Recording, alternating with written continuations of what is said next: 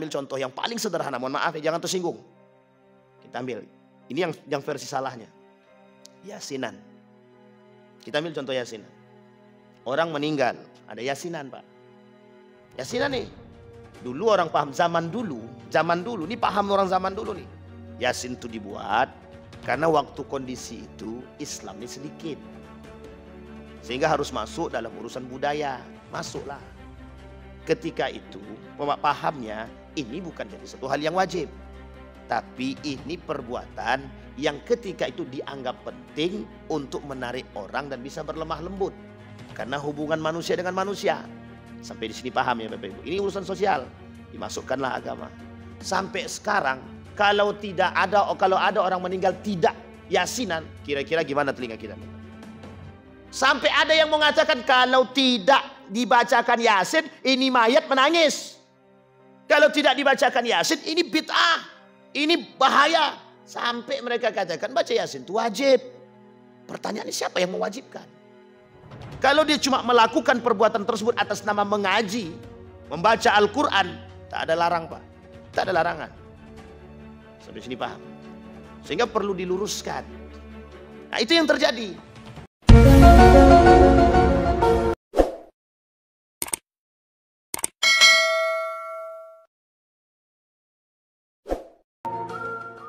Assalamualaikum warahmatullahi wabarakatuh. Alhamdulillahi rabbil alamin. Wabihi nasta'inu ala umurid dunya wad din. Wassalatu wassalamu ala ashrafil anbiya'i wal mursalin. Wa ala alihi wa sahbihi ajma'in. Allahumma salli wa sallim wa barik ala hadha nabiyyil karim. Allahumma salli ala Muhammad wa ala ali Muhammad fil alamin innaka hamidum majid. Ya ayuhan nas ittaqu rabbakum alladhi khalaqakum min nafsin wahidah wa khalaqa minha zawjaha wa batha minhuma rijalan katsiran wa nisaa'a wattaqullaha alladhi tasaaluna bihi wal arham innallaha kana 'alaikum raqiba. Puji syukur kehadirat Allah dengan mengucapkan alhamdulillahirabbil alamin, bersalawat kepada Nabi dengan mengucapkan Allahumma salli ala Muhammad wa ala ali Muhammad fil alamin innaka Hamidum Majid. Bapak Ibu sekalian yang berbahagia, mudah-mudahan di subuh hari ini Allah limpahkan rahmat dan karunia-Nya kepada kita semua. Allah berkahi, Allah sehatkan, Allah kuatkan kita semua insyaallah. Kita termasuk orang-orang yang husnul khatimah. Amin ya rabbal alamin. Bapak Ibu sekalian yang berbahagia, doa yang terbaik yang kita panjatkan untuk orang-orang tua kita yang telah mendahului kita, Allah tempatkan di tempat terbaik di sisinya. Allah terima amal ibadahnya. Allah kumpulkan bersama orang-orang yang saleh. Dan untuk orang tua kita yang masih hidup, Allah sehatkan, Allah kuatkan, Allah limpahkan rezeki husnul khatimah. Amin ya rabbal alamin. Di subuh hari ini kita lanjutkan kajian kita Bapak Ibu sekalian yang berbahagia. Di dalam subuh ini kita mengangkat kajian kita tentang tashbihul fitan birriyahi wal mauj wal dhulal wa mawaqi'il qatri wal lailil muzlim. Kata para ulama merujuk kepada hadis yang diriwayatkan oleh baginda Nabi Muhammad sallallahu alaihi wasallam. An Idris al-Khawlani qala Hudzaifah ibn al-Yaman radhiyallahu an.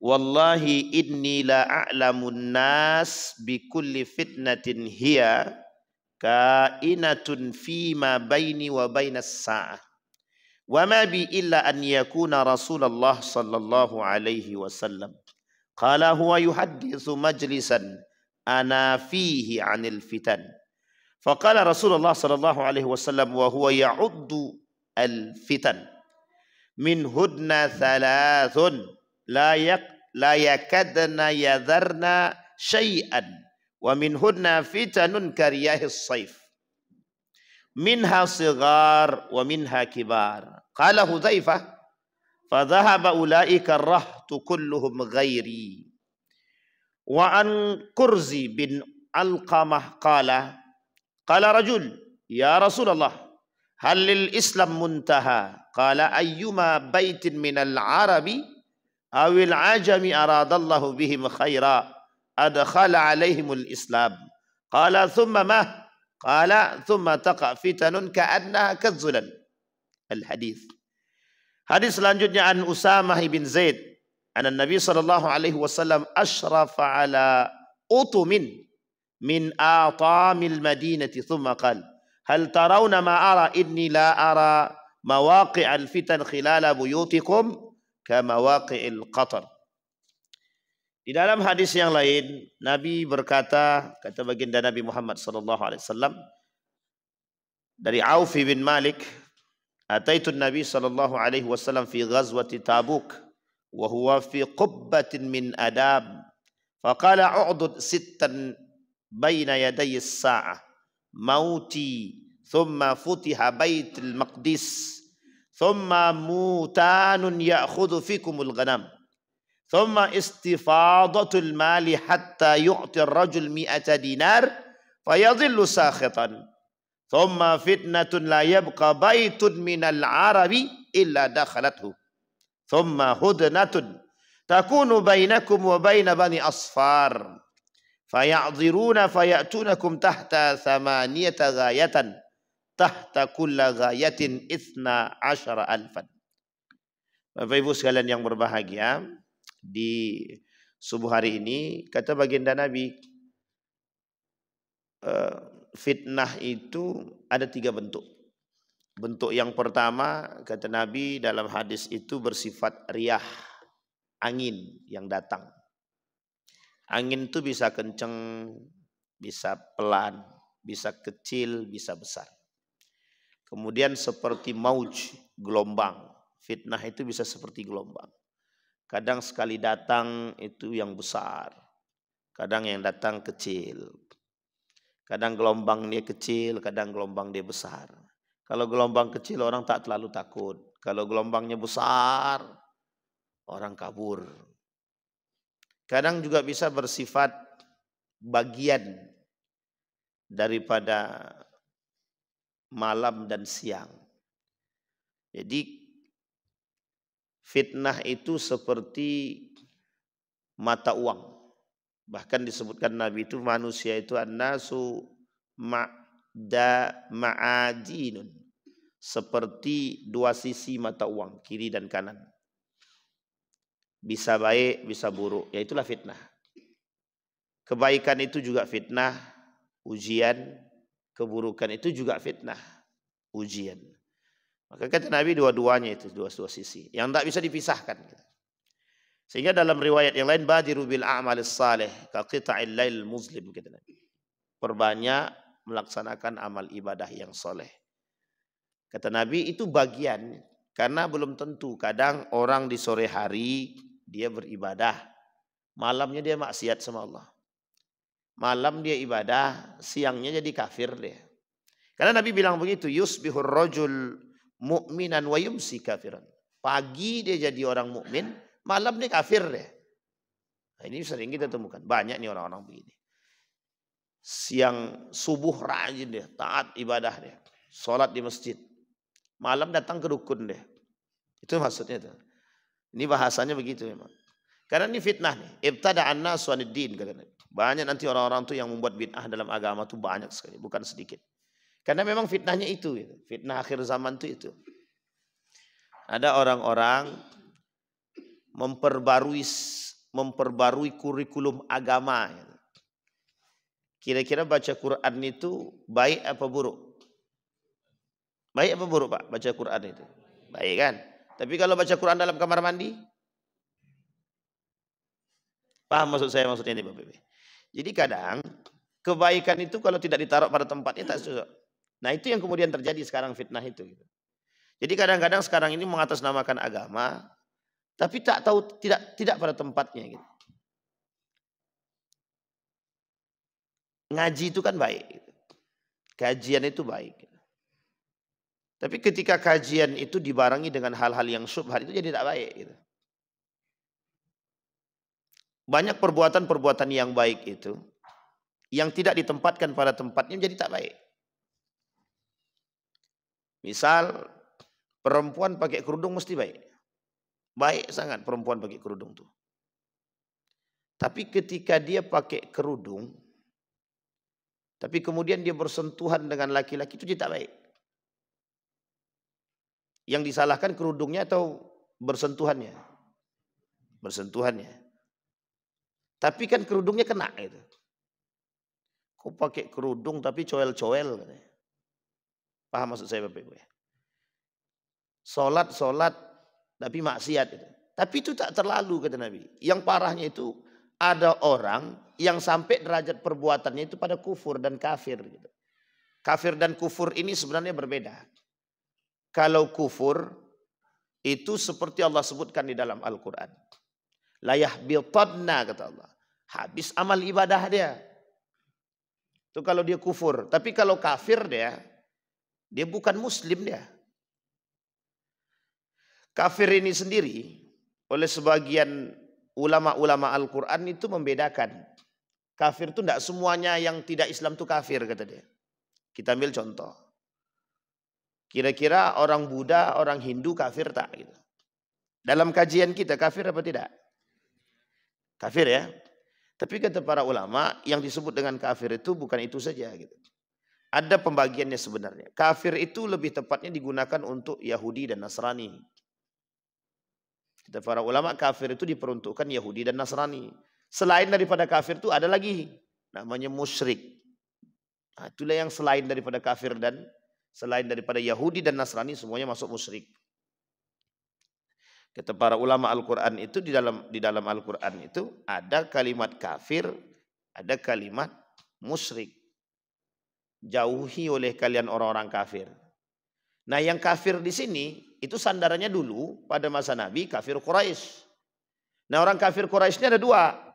Ada yang Yahudi, ada yang Nasrani. Karena waktu itu cuma itu, di Madinah juga begitu. Ketika di Mekah, itu jelas kafir Quraisy-nya itu. Karena memang musuh Nabi itu. Kenapa dikatakan di situ disebutkan kafir Quraisy itu? Karena memang paman-paman Nabi itu. Dan ahlul Quraisy semua kan di situ. Gitu. Di kafir dia. Gitu. Memang belum masuk Islam, mendengarkan Islam tapi tak masuk. Gitu. Alasan mereka tak masuk Islam karena gengsi. Bukan karena yang lain. Tidak ada karena yang lain.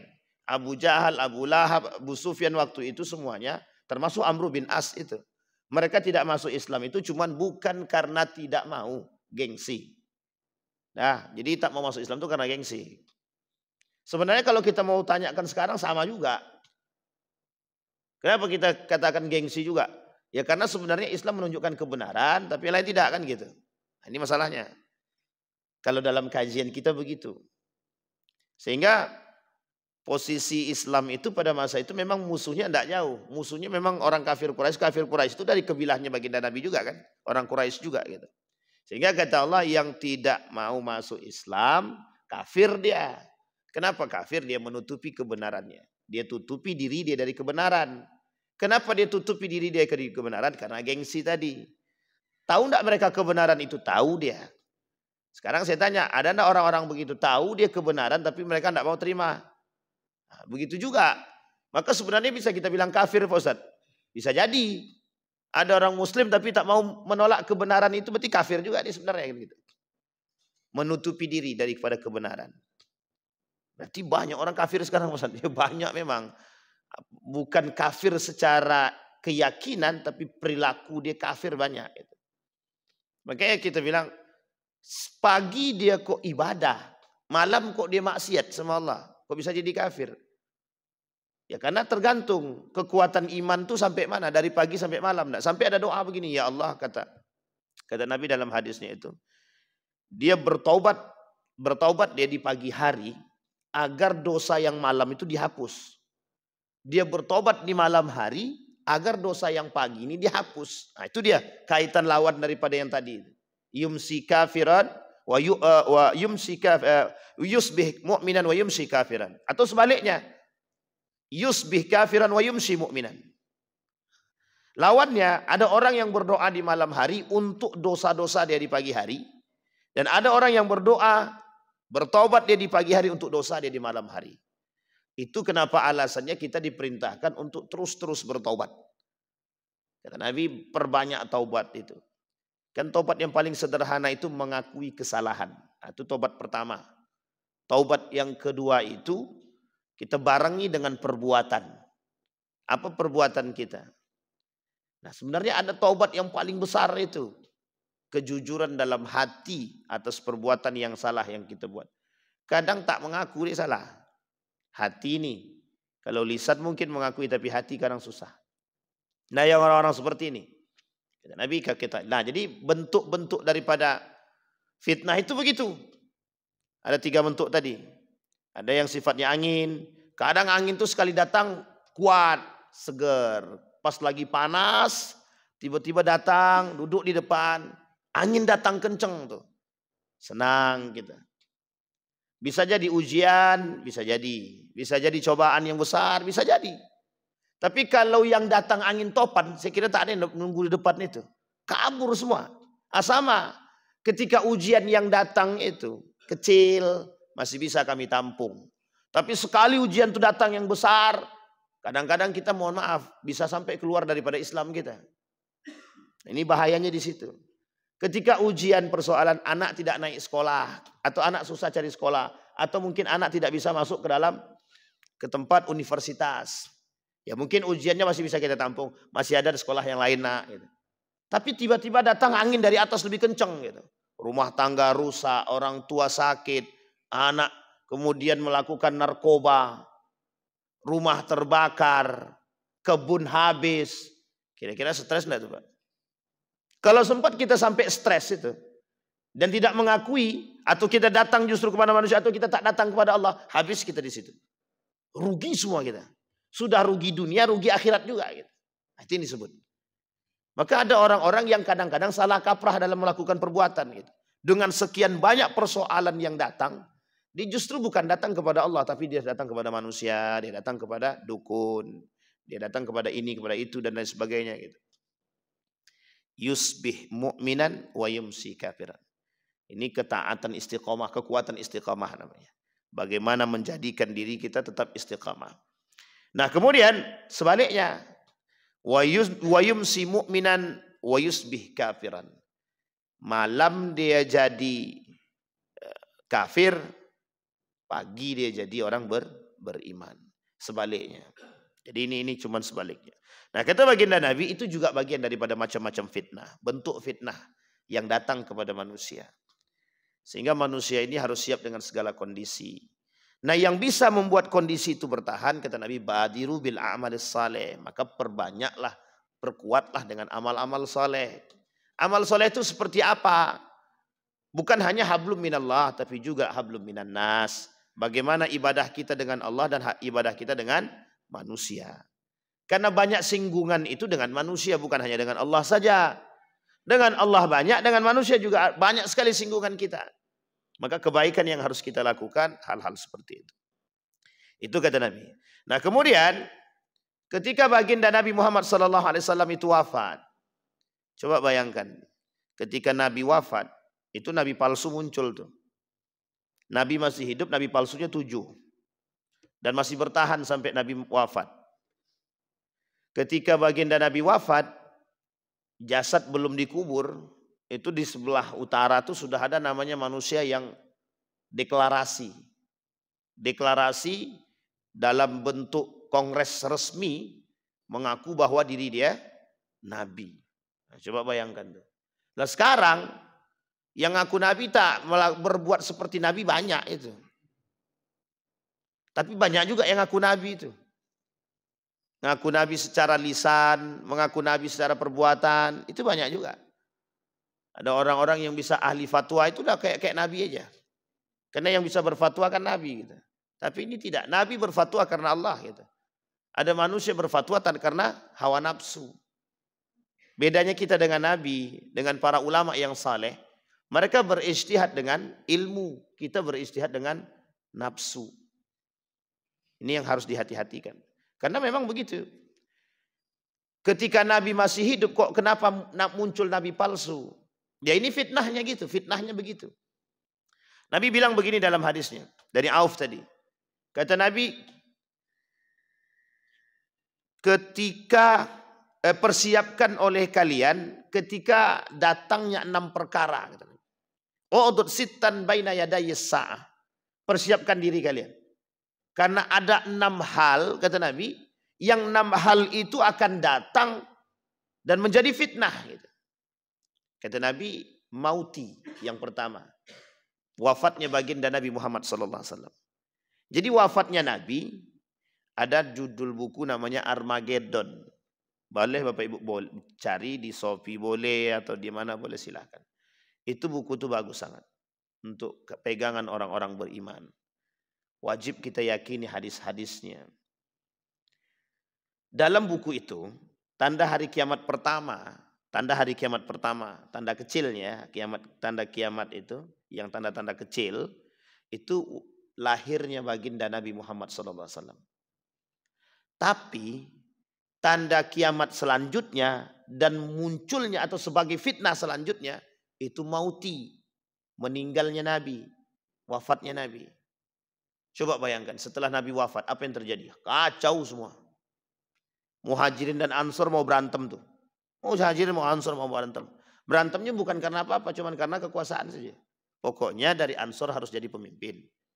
Tapi bedanya yang dulu dengan sekarang, kalau sekarang nafsu semua isinya.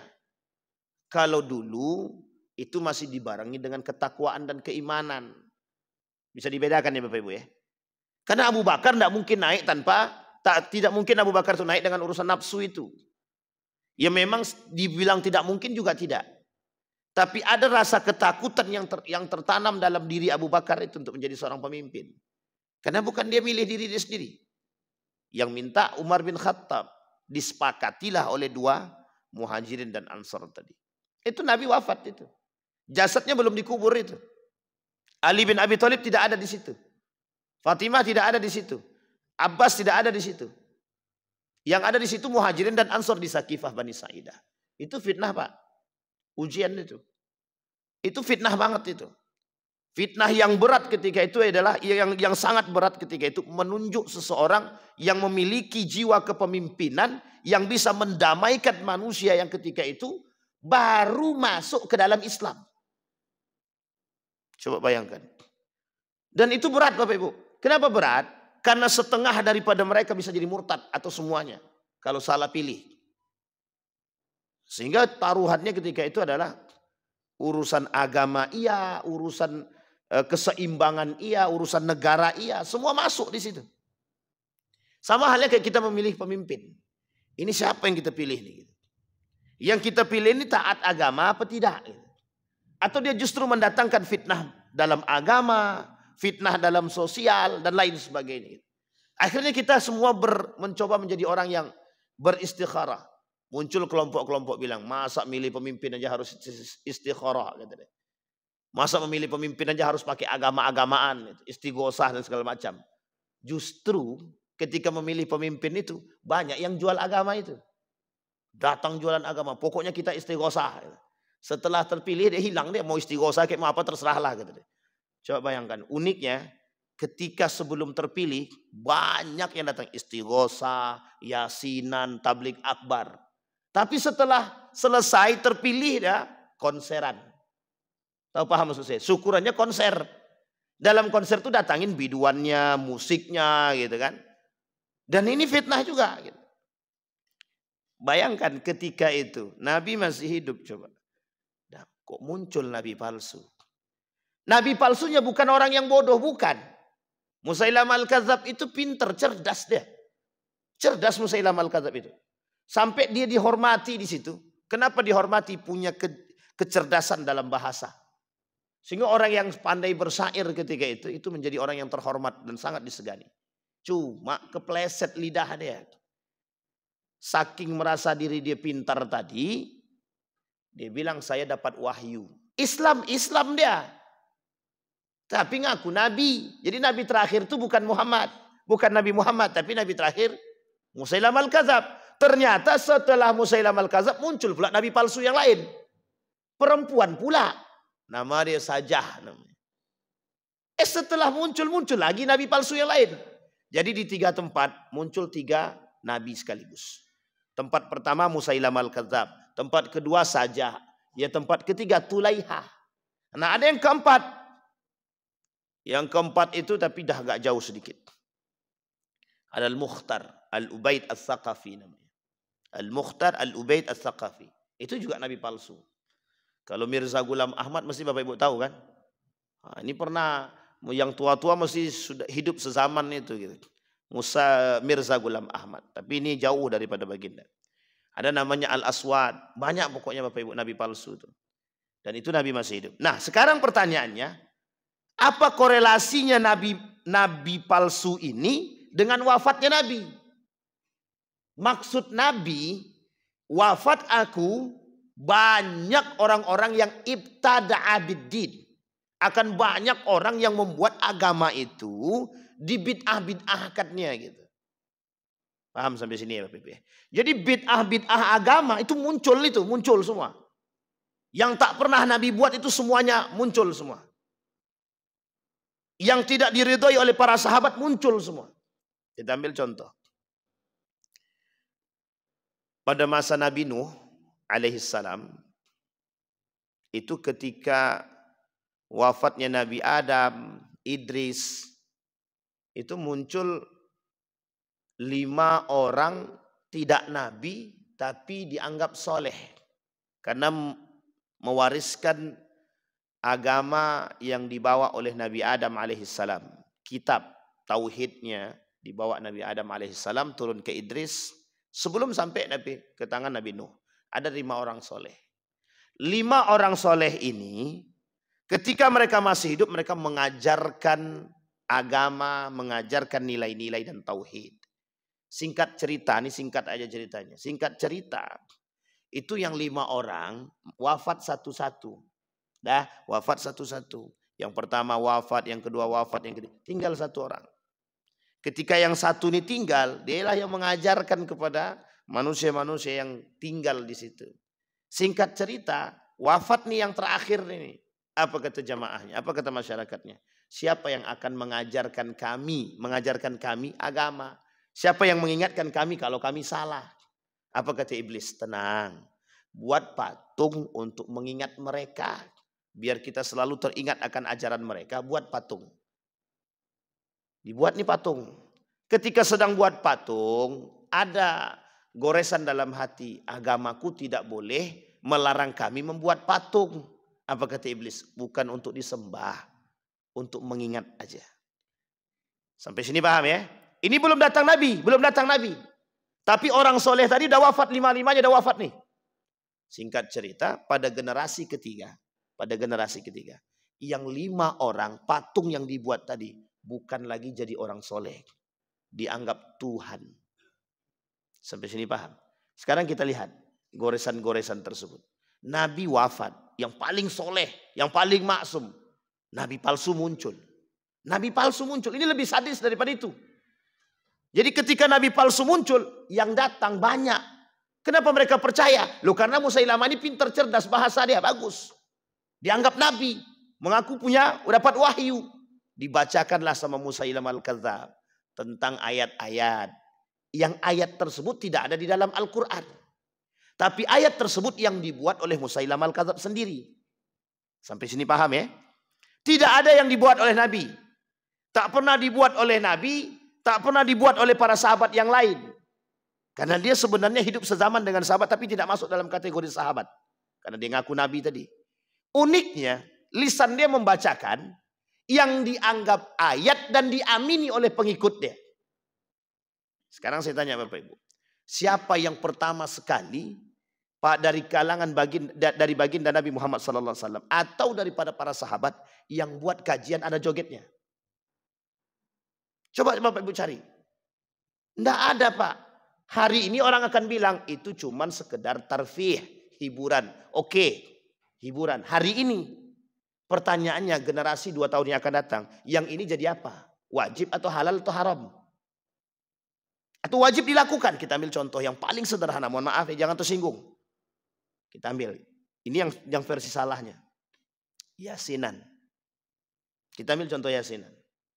Orang meninggal. Ada yasinan Pak. Yasinan nih. Dulu orang paham zaman dulu ini paham orang zaman dulu nih. Yasin itu dibuat karena waktu kondisi itu Islam ini sedikit. Sehingga harus masuk dalam urusan budaya. Masuklah.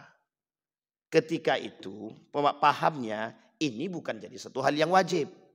Tapi ini perbuatan yang ketika itu dianggap penting untuk menarik orang dan bisa berlemah lembut. Karena hubungan manusia dengan manusia.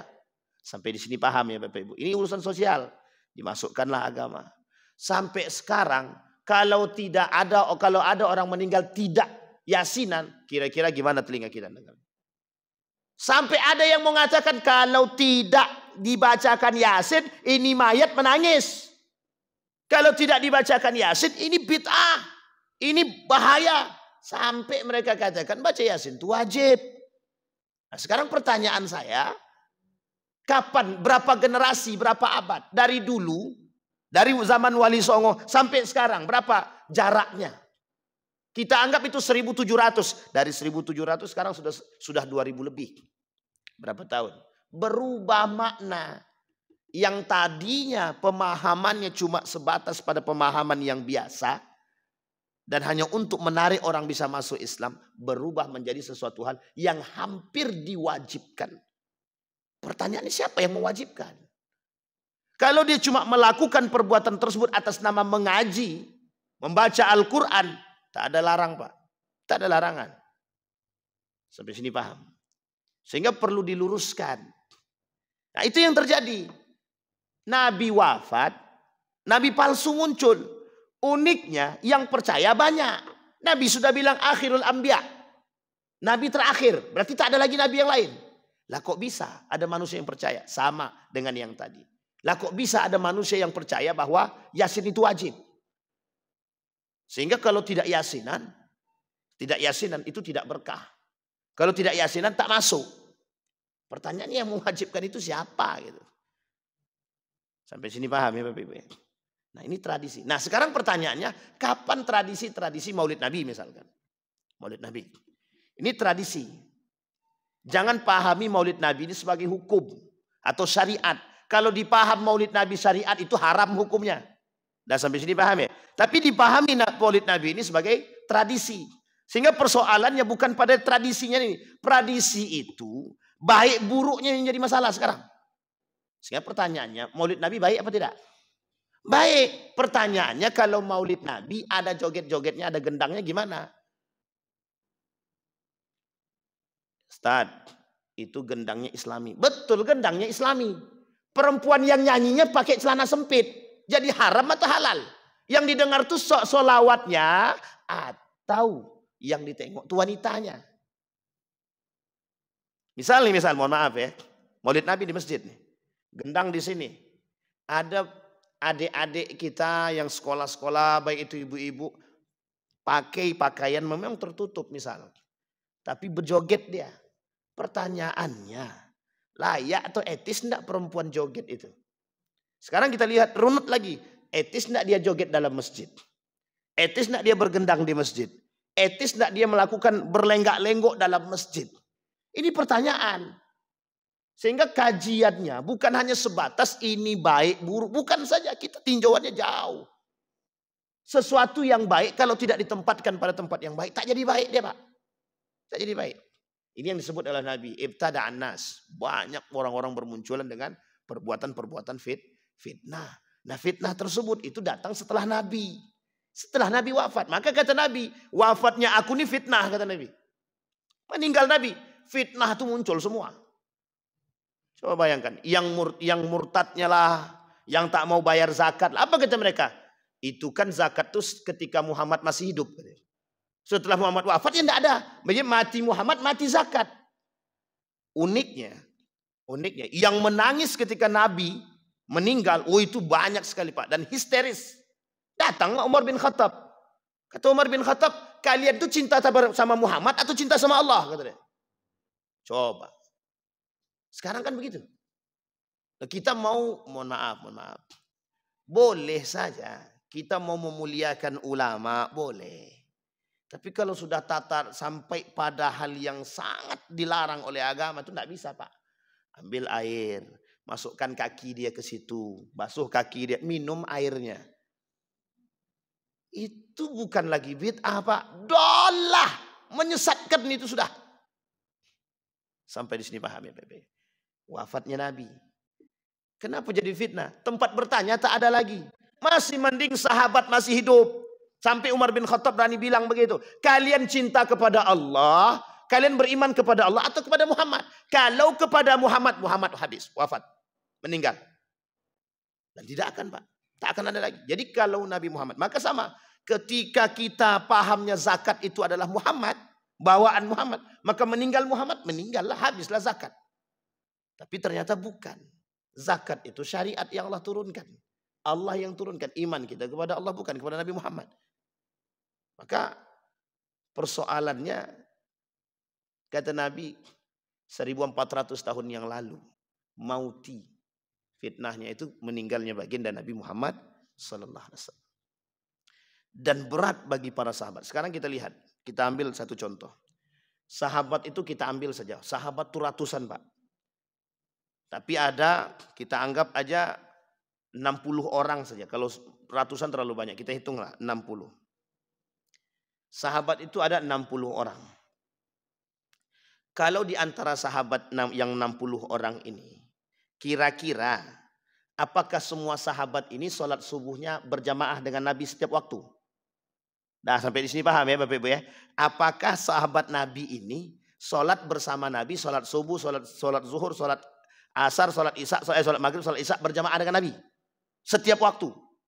Saya sangat yakin belum tentu. Sampai sini paham ya? Belum tentu. Kenapa saya katakan belum tentu? Karena ada sahabat yang berdagang, ada sahabat yang keluar kota, ada yang sahabat berdagangnya keluar, ada yang sahabat mungkin agak jauh jaraknya daripada baginda Nabi Muhammad SAW. Sampai sini paham ya? Pertanyaannya adalah, mungkin tidak terjadi perbedaan dari 60 sahabat ini ketika melihat Nabi? Mungkin atau tidak? Pertanyaannya bisa kita salahkan. Umar bin Khattab ente salah. Ubay ente salah. Tidak mungkin, Pak. Sahabat Nabi, Pak. Dan ketika para sahabat ini salah, mereka akan datang kepada Nabi untuk bertanya, yang kami buat ini betul apa salah? Nah, contohnya begitu. Sehingga Bapak Ibu sekalian yang berbahagia, Nabi kan tempat bertanyanya jelas gitu. Sehingga para sahabat kalau punya masalah nanya sama Nabi. Sekarang Nabi tak ada, sahabat tak ada, tabi'in tak ada, tabi'in tak ada. Tinggal para ulama. Ulama pun terbagi dua, tergantung ulama yang mana, ulama dunia atau ulama akhirat. Lah kalau ulama dunia apa yang kita tanya selesai, Pak? Apa yang kita tanya selesai? Boleh kami joget? Boleh. Boleh son horek? Boleh. Boleh perempuan joget? Boleh.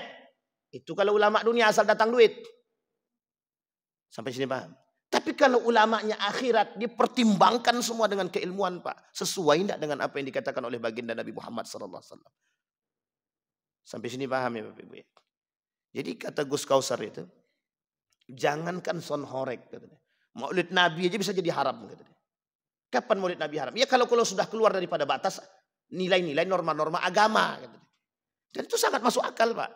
Sangat masuk akal. Nabi tak ada.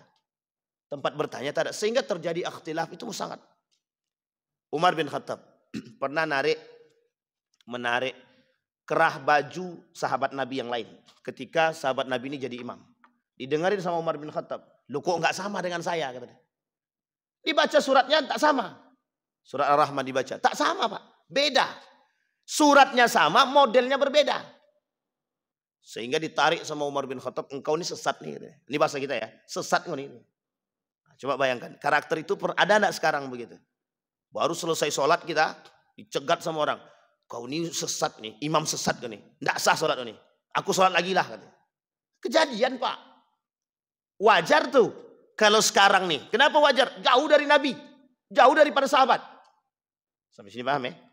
Itu masa Nabi. Ditarik sama Umar bin Khattab. Dibawa ke Nabi. Kata Nabi, akra'uka hakadha wa akra'uhu hakadha. Aku bacakan kepada dia dengan model begini, aku bacakan kepada engkau model begini. Ini alasan kenapa Allah sebut. Nabi bilang, Al-Quran itu turun dalam 7 huruf. Al-Quran turun dalam 7 huruf. 7 huruf itu apa? 7 dialektika bahasa Arab. Bahasa Arab di antara 7 ini, yang paling tinggi bahasa Arab Quraisy. Kafir Quraisy, bukan kafir Quraisy, bahasa Arabnya orang Quraisy itu paling tinggi, dialektika paling baik dalam bahasa Arab. Sehingga diambillah dialektika Quraisy ini yang dimasukkan ke dalam Al-Quran, yang digunakan oleh Allah, bahasa paling baik. Tapi tidak menutup kemungkinan ada beberapa bahasa Arab, makna-makna tertentu yang Allah masukkan ke dalam Al-Quran yang tidak ada dalam, pernah kita dengar secara lumrah. Gitu. Sampai sini paham ya? Itu aja terjadi ikhtilaf. Apalagi sekarang yang jauh dari Nabi. Sangat mungkin kata Nabi, mauti fitnah. Meninggalnya Nabi fitnah. Maka fitnah yang nampak itu sebenarnya ketika Nabi wafat adalah ibtada'an nasu 'anid din. Banyaknya manusia melakukan urusan-urusan yang baru dalam soal agama yang tidak Nabi buat. Dan mengarahkan kepada kesesatan. Sehingga Nabi gandeng dengan hadis yang lain. Kata Nabi, ada ulama, ada da'i, ada orang yang paham agama, ada orang alim dengan keilmuannya, du'atun ila abwabi jahannam, kata Nabi. Yang ngajak ke neraka jahannam. Bukan ngajak ke surga, tapi ngajak ke neraka jahannam. Contoh mulai muncul Musailamah al-Kadzab. Musailamah al-Kadzab mengaku Nabi. Kira-kira ngajak ke surga atau neraka itu? Jelas nerakanya, Pak. Menikah Musailamah al-Kadzab dengan seorang perempuan yang juga mengaku Nabi. Namanya Sajah. Sajah itu mengaku Nabi perempuan. Menikah nih. Diakui oleh Sajah kenabian Musailamah al-Kadzab. Diperangi oleh Abu Bakar. Meninggal dia, masuk Islam Sajah tadi. Taubat maksudnya. Bertaubat Sajahnya tadi. Jadi wanita muslimah. Muncul pula namanya Tulaiha. Tulaiha mengaku Nabi. Diperangi oleh Khalid bin Walid 3 kali dalam perperangan. Perang pertama kalah, lari tunggang langgang. Balik lagi, ngaku Nabi lagi dia. Diperangi lagi, lari tunggang langgang. Balik lagi, sampai 3 kali. Yang ketiga kali, nak lari tak sanggup. Sudah terkepung, akhirnya bertaubat. Sampai akhir hayatnya dia meninggal dalam keadaan berperang. Dalam keadaan Islam yang baik. Sampai sini Pak. Jadi itu kondisi manusia sekarang kan. Murtad, mukmin, murtad, mukmin, murtad, mukmin. Tapi kalau sudah keterlaluan begitu itu tak baik. Kalau sudah murtad itu udah lain. Tapi kalau cuma sesat, itu banyak. Maka disebut Nabi, kadang iman, kadang sesat. Kadang iman, kadang maksiat. Kadang iman, kadang kafir. Gitu deh. Dan itu tergantung, Pak. Nah, perbuatan-perbuatan kita yang seperti ini, itu bisa mempengaruhi amal kita. Mempengaruhi amal. Lain asyrakta layahbitotna. Kalau kita sempat melakukan kesesatan dalam amal ibadah, kesyirikan, kemudian perbuatan-perbuatan yang menduakan Tuhan, layahbitonna, sungguh sangat akan Allah hapuskan. Sungguh sangat akan Allah habiskan. Allah hapuskan, Allah bakar amal soleh mereka. Mauti. Wafatnya baginda Nabi Muhammad SAW. Jadi fitnah. Yang kedua, thumma futiha baitul maqdis. Kata Nabi yang kedua, dari 6 tadi, sittan baina yaday sa'ah tadi.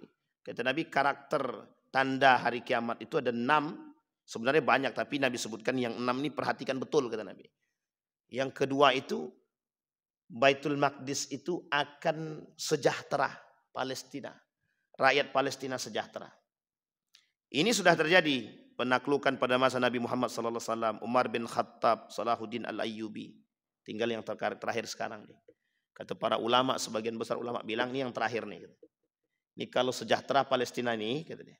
Kalau merdeka Palestina dan sejahtera Palestina, kata para ulama, sangat ada kemungkinan tanda hari kiamat yang dikatakan oleh Nabi itu terjadi.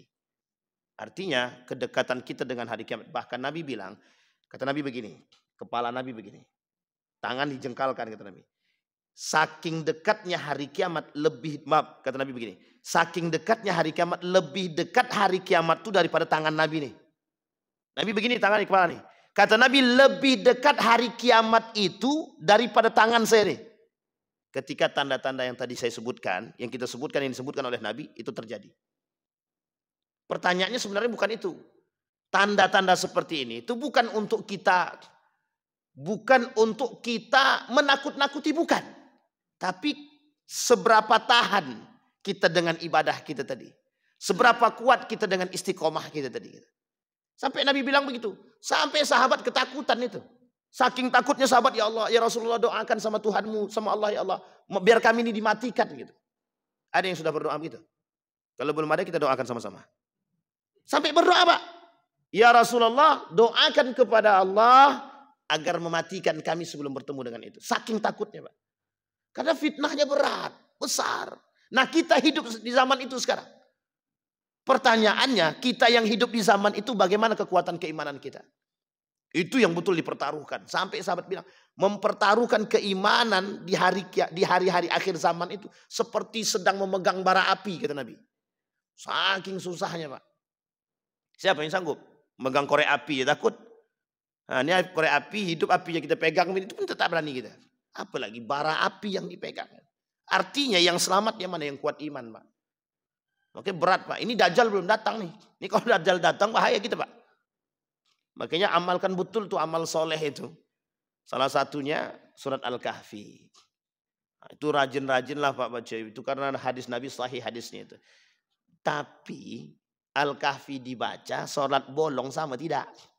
Nah, paham baik-baik Pak ya. Al-Kahfi dibaca, tapi bid'ah jalan juga. Al-Kahfi dibaca, percaya manusia juga. Itu masalah Pak. Sampai sini paham ya Bapak Ibu ya. Baik. Futiha Baitul Maqdis. Nah, dalam riwayat yang lain, ketika Baitul Maqdis ini sejahtera, itu kan tanda kiamat tuh. Madinah hancur. Madinah akan mengalami kehancuran. Itu Nabi hadisnya bilang begitu, kata Nabi. Hadisnya sahih itu. Kata Nabi, Madinah itu akan hancur. Akan hancur itu bagaimana? Ini yang kemudian tidak bisa kita pastikan apakah langsung dibom seperti Hiroshima Nagasaki atau seperti apa dengan nuklir, terserah. Tapi kata para ulama yang disebut kehancuran Madinah itu berubah. Nilai-nilai agama bergeser sedikit demi sedikit. Apa kata Nabi dalam riwayat selanjutnya, kata Nabi? Thumma fitnatun la yabqa baitun minal arabi illa dakhalathu. Akan muncul fitnah-fitnah itu masuk ke dalam rumah-rumah orang Arab. Jadi kehancuran Madinah itu dan negara Arab itu masuknya fitnah-fitnah itu ke dalam rumah orang-orang Arab. Sekarang pertanyaannya, fitnah apa yang masuk? Fitnah apa yang masuk? Semua fitnah. Fitnah musik, fitnah kekafiran, fitnah kemaksiatan, fitnah kesyirikan, fitnah harta, fitnah wanita, fitnah anak, semua masuk jadi satu di situ. Fitnah dunia masuk ke dalam rumah. Maksudnya bagaimana tuh Pak Ustadz? Orang-orang Arab yang tadinya dekat dengan Al-Quran dan nilai-nilai agama, mereka akan selewengkan sedikit demi sedikit. Sampai sini paham ya? Ini bahasa kiasan yang memerlukan penjelasan. Maksudnya apa? Bergesernya nilai agama dari orang-orang pemegang kendali agama. Maksudnya apa? Dulu kan agama nih, Islam ini datang dari Arab. Kalau bahasa mereka, datangnya dibawa oleh orang-orang yang memang tinggal di Arab. Baginda Nabi Muhammad SAW lahir di Mekah, pindah ke Madinah. Mekah Madinah sentral untuk Islam pada saat itu. Kenapa? Karena Nabi hidup di situ.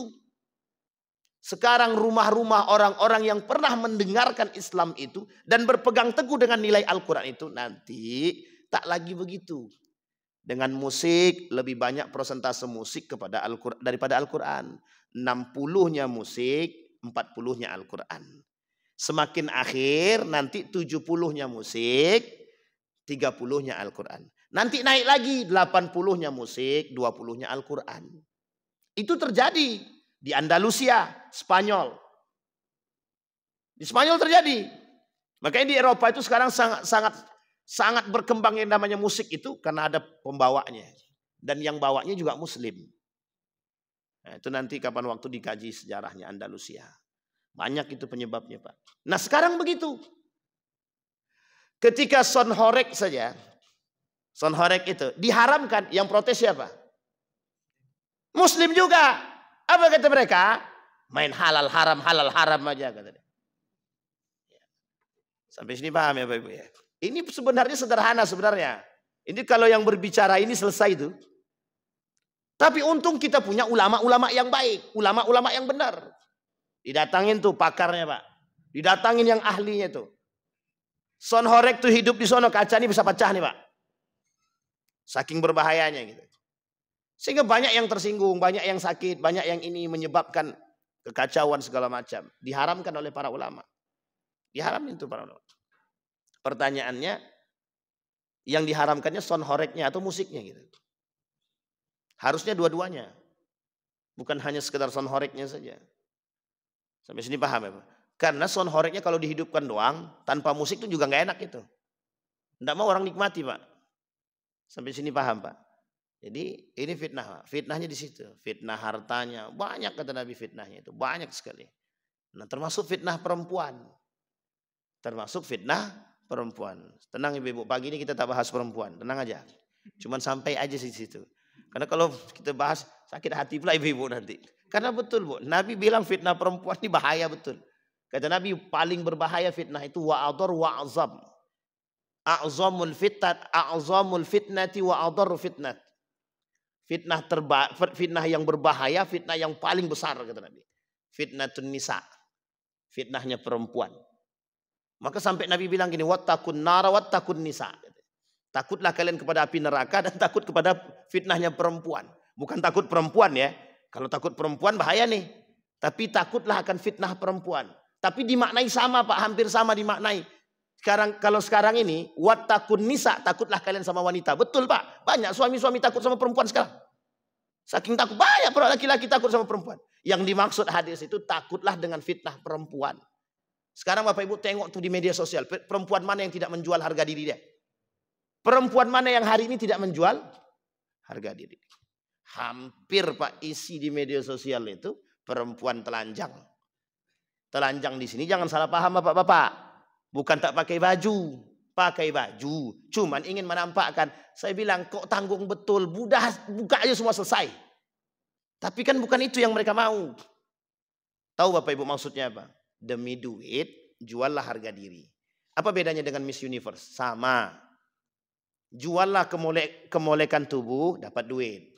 Menang bangga. Apa bangganya? Dianggap cerdas. Yang ada jahiliyah betul tuh Pak.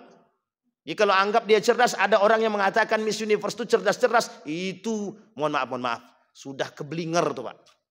Sampai sini paham ya Bapak Ibu ya. Nah, ini fitnahnya Bapak Ibu. Mauti futiha Baitul Maqdis, kata Nabi, Baitul Maqdis itu kelak akan sejahtera.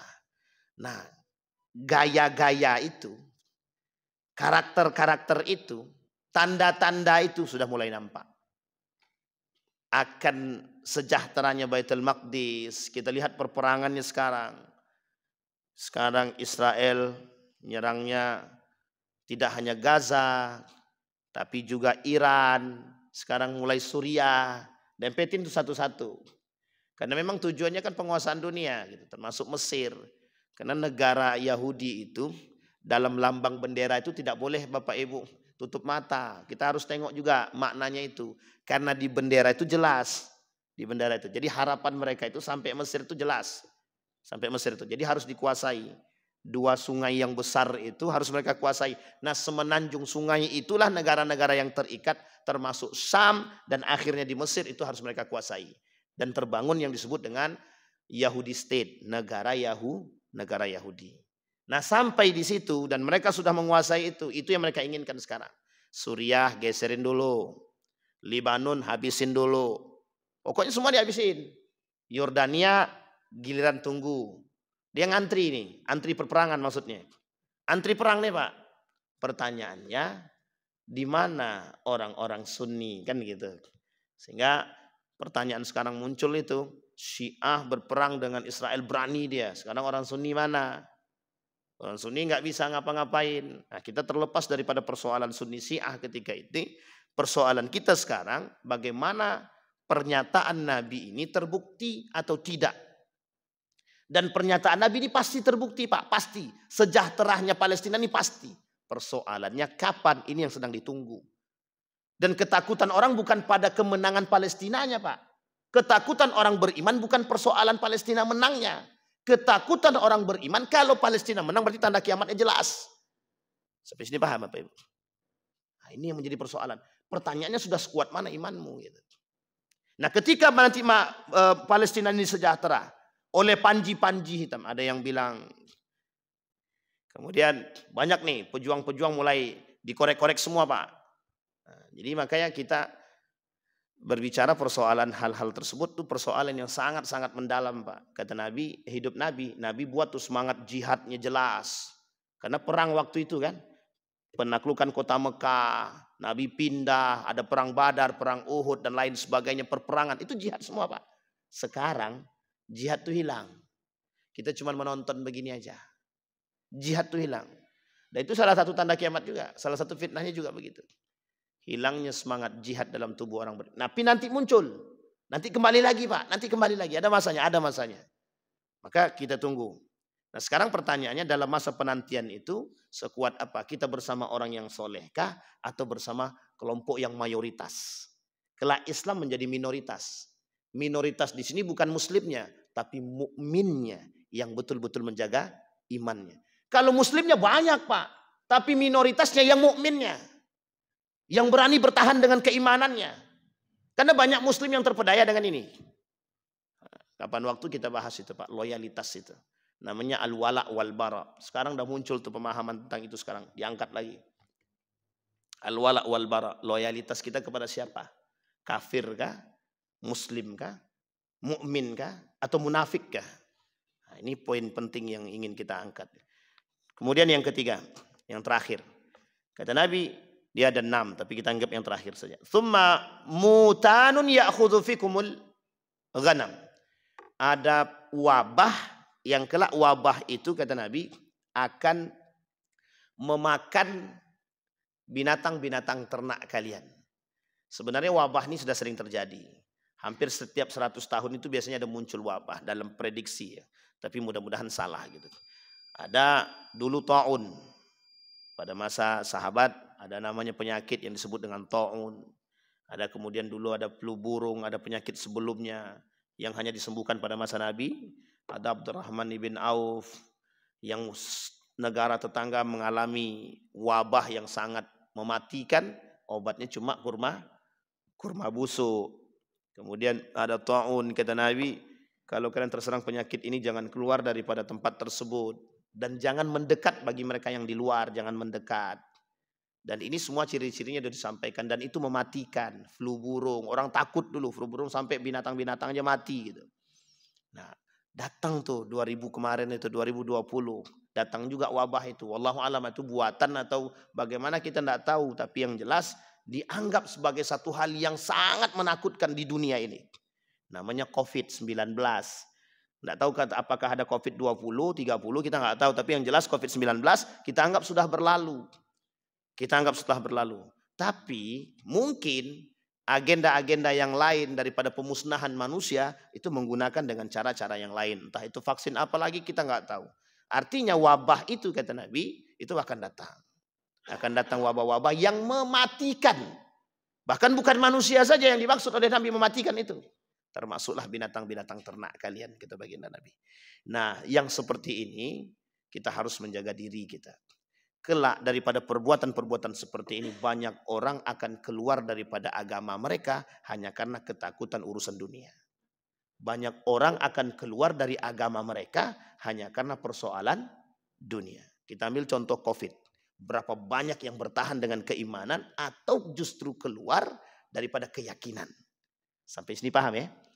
Pada masa COVID itu nampak betul. Mana yang kokoh dengan keimanan, mana yang goyang. Mana yang betul-betul yakin dengan Allah dan mana yang tidak. Itu nampak Pak. Sampai sholatnya ujung 1 meter semua kan. 1 meter sholatnya 1 meter semua sholatnya kan. Ini persoalan Pak. Pertanyaannya di pasar mapet semua Pak. Di masjid jarang-jarang, di pasar rapat semua. Nah, coba bayangkan. Di mall makin ramai rupanya gitu. Jadi mall buka, masjid tutup. Kadang-kadang nggak nyambung kita Pak.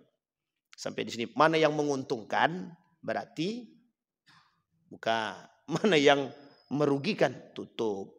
Na'udzubillahi tsumma na'udzubillah. Kita berdoa kepada Allah semoga apa yang kita sampaikan di subuh hari ini menambah keimanan kita dan menambah ketaatan kita dalam menjaga diri kita dan keluarga kita agar selamat dari bahaya, agar selamat daripada fitnah. A'udzubillahi minasyaitonirrajim. Bismillahirrahmanirrahim. Alhamdulillahirabbil alamin. hamdan syakirin, hamdan na'imin, hamdan yuafi ni'amahu wa yukafi'u mazidah. Ya Rabbana lakal hamdu kama yanbaghi li jalali wajhikal karim wa azim sultanik. Allahumma salli ala Muhammad wa ala ali Muhammad. Allahumma a'inna ala dzikrika wa syukrika wa husna ibadatik. Allahumma akhtimna bis salihin. Rabbana hab lana min azwajina wa dhurriyyatina qurrata a'yun waj'alna lil muttaqina imama. Allahumma ij'alna minas su'ada'il maqbulin wa la taj'alna minal ashqiya'il mardudin. Allahumma akhtimna bis salihin. Allahumma akhtimna bis salihin. Rabbana atina fid dunya hasanah wa fil akhirati hasanah wa qina azaban nar. Walhamdulillahi rabbil alamin. Assalamualaikum warahmatullahi wabarakatuh.